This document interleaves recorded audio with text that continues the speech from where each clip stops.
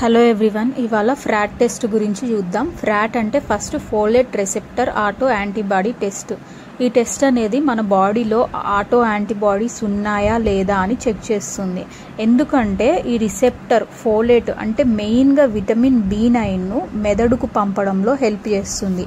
ఎప్పుడైతే ఈ antibodies రిసెప్టర్ను black చేస్తుందో అప్పుడు ఫోలేట్ అనేది మన బ్రెయిన్కి ప్రాపర్గా సరఫరా జరగదన్నమాట. అంటే బ్లాక్ అవుతుంది అని అర్థం. ఈ కండిషన్నే సెరిబ్రల్ ఫోలేట్ డెఫిషియన్సీ అని కూడా అంటారు. ఈ టెస్ట్ ఎవరికి సజెస్ట్ చేస్తారంటే మెయిన్గా ఆటిజం స్పెక్ట్రమ్ డిజార్డర్ ఉన్న పిల్లలకి చేస్తారు. ఎందుకంటే ఆటిస్టిక్ పిల్లల్లో 90% పిల్లలకి ఫోలేట్ రిసెప్టర్ యాంటీబాడీస్ అనేవి ఉంటాయి. దీనివల్ల ఏంటంటే డెవలప్మెంటల్ డిలే, స్పీచ్ డిలే, ఇంకా పూర్ అటెన్షన్ ఇవన్నీ ఉంటాయి ఇలాంటి పిల్లల్లో.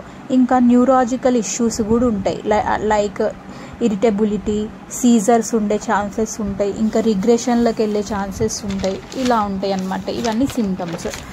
అండ్ ఇది ప్రెగ్నెంట్ ఉమెన్ హిస్టరీలో న్యూరల్ ట్యూబ్ డిఫెక్ట్స్ అని ఉంటాయి. అవి ప్రీవియస్ ప్రెగ్నెన్సీలో ఉన్నా కానీ హిస్టరీలో ఈ ఛాన్స్ ఉంటుంది. ఈ టెస్ట్ ఎలా చేస్తారు, ఇప్పుడు ఈ టెస్ట్ ఎట్లా చేస్తారో చూద్దాం. ఏం లేదండి, సింపుల్గా బ్లడ్ టెస్ట్ చేస్తారు, ల్యాబ్కి పంపిస్తారు. ఈ బ్లడ్ టెస్ట్ చేసేందుకు ముందు రోజు ఫాస్టింగ్, స్పెషల్ ప్రిపరేషన్ ఇలాంటి ఏం అవసరం లేదు. జస్ట్ ఫీవర్ ఉండకుంటే చాలు మనం బ్లడ్ టెస్ట్కి వెళ్ళొచ్చు. అండ్ రిపోర్ట్ వచ్చినాక ఒకవేళ నెగిటివ్ రిపోర్ట్ వస్తే నో యాంటీబాడీస్ ఫౌండ్ అని అర్థం, అంటే రిపోర్ట్ నార్మల్గా ఉంది అని అర్థం. ఒకవేళ పాజిటివ్ వస్తే రిపోర్ట్లో యాంటీబాడీస్ ఉన్నాయి, యాంటీబాడీస్ అనేది ప్రెజెంట్ ఉన్నాయి, అంటే బ్లాక్ అవుతుంది, ఫోలేట్ బ్రెయిన్కి ట్రాన్స్పోర్ట్ అవ్వకుండా బ్లాక్ అవుతుంది బాడీలో అని అర్థం.